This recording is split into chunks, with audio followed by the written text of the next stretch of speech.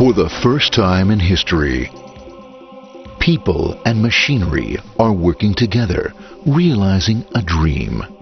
A uniting force that knows no geographical boundaries without regard to race, creed, or color. A new era where communication truly brings people together. This is the dawn of the net. Want to know how it works? Click here to begin your journey into the net. Now, exactly what happened when you clicked on that link? You started a flow of information. This information travels down into your own personal mailroom, where Mr. IP packages it, labels it, and sends it on its way. Each packet is limited in its size. The mailroom must decide how to divide the information and how to package it.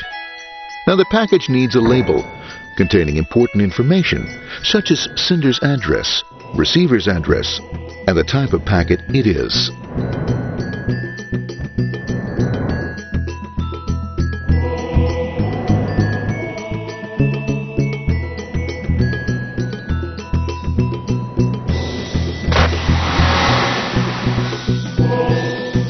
Because this particular packet is going out onto the internet, it also gets an address for the proxy server, which has a special function, as we'll see later.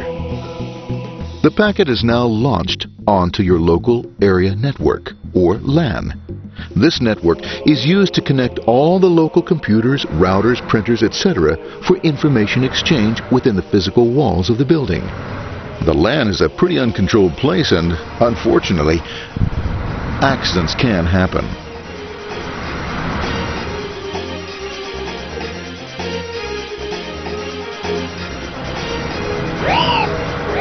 The highway of the LAN is packed with all types of information. These are IP packets, Novell packets, Apple Talk packets. They're going against traffic, as usual. The local router reads the address and, if necessary, lifts the packet onto another network. The router, a symbol of control in a seemingly disorganized world. Whoops, sorry about that. Let's move this one here, this one here.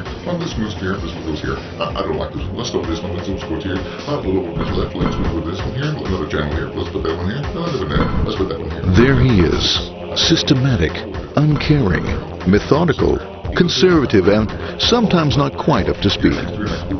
But at least he is exact, for the most part. That one goes there, that one goes there, that one goes there, and this one goes there. Oh, another one goes there, that goes there. He's behind him, he goes there, that goes there, he goes there, oh, let's put that one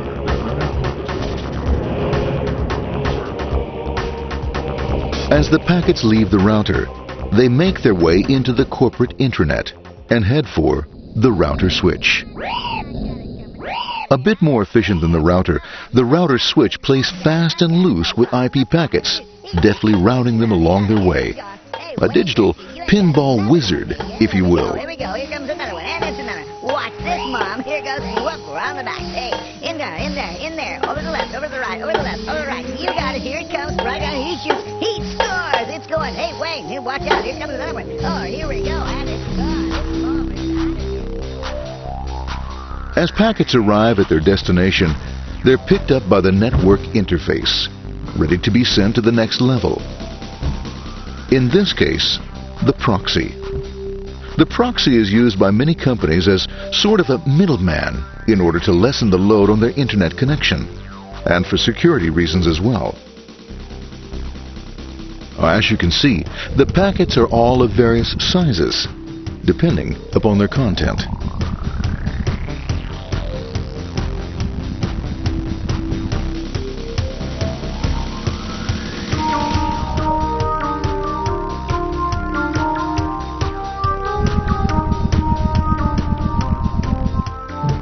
The proxy opens the packet and looks for the web address, or URL.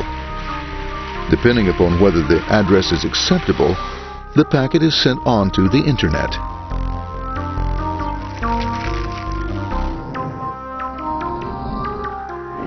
There are, however, some addresses which do not meet with the approval of the proxy, that is to say, corporate or management guidelines.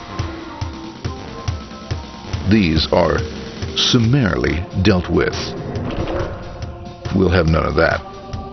For those who make it, it's on the road again.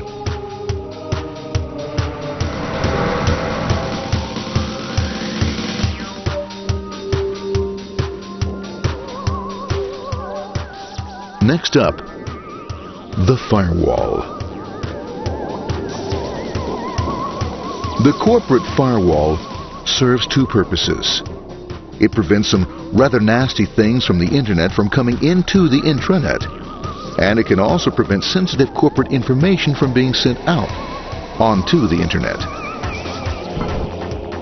Once through the firewall, a router picks up the packet and places it onto a much narrower road, or bandwidth, as we say. Obviously, the road is not broad enough to take them all. Now you might wonder what happens to all those packets which don't make it along the way. Well, when Mr. IP doesn't receive an acknowledgement that a packet has been received in due time, he simply sends a replacement packet. We are now ready to enter the world of the Internet. A spider web of interconnected networks which span our entire globe. Here, routers and switches establish links between networks. Now, the net is an entirely different environment than you'll find within the protected walls of your LAN. Out here, it's the Wild West. Plenty of space, plenty of opportunities, plenty of things to explore and places to go. Thanks to very little control and regulation, new ideas find fertile soil to push the envelope of their possibilities. But because of this freedom, certain dangers also lurk. You'll never know when you'll meet the dreaded ping of death. A special version of a normal request ping which some idiot thought up to mess up unsuspecting hosts.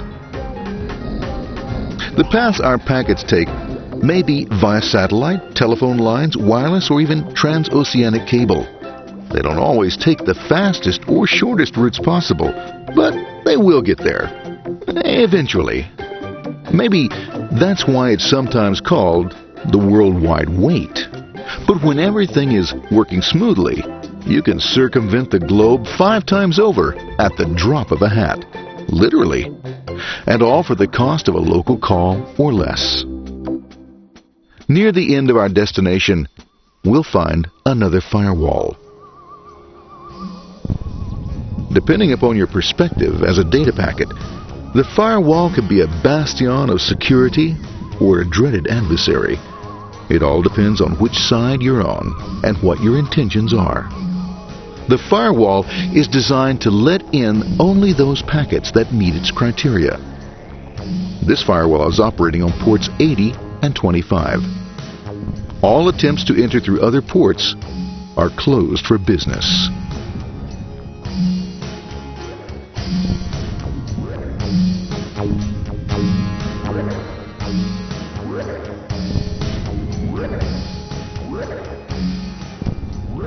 Port 25 is used for mail packets,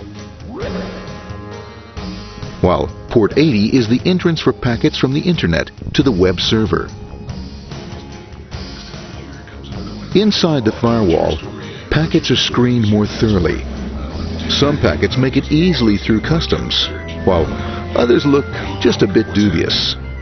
Now, the firewall officer is not easily fooled, such as when this ping of death packet tries to disguise itself as a normal ping packet. It's okay, Norm. It's okay. No problem. Have a nice day. We out of here. Bye. For those packets lucky enough to make it this far, the journey is almost over. It's just a line up on the interface to be taken up into the web server. Nowadays, a web server can run on many things, from a mainframe to a webcam to the computer on your desk. Or why not your refrigerator?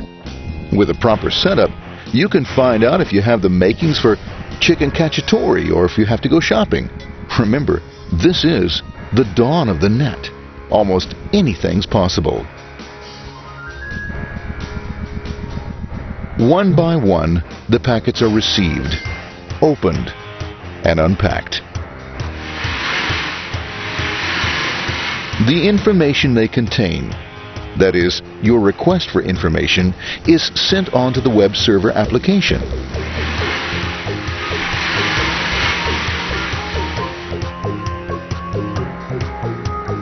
The packet itself is recycled, ready to be used again, and filled with your requested information.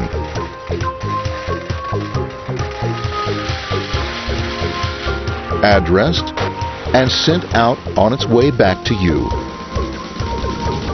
Back past the firewall, routers, and on through to the internet.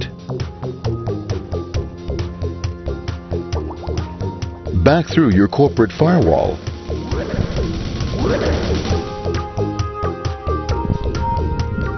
And onto your interface.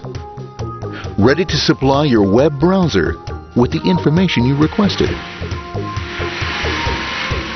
That is, this film.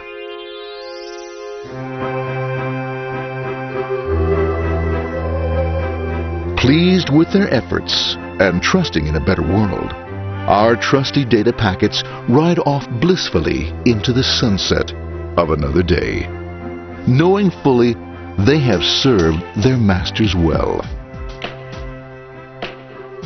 Now, isn't that a happy ending?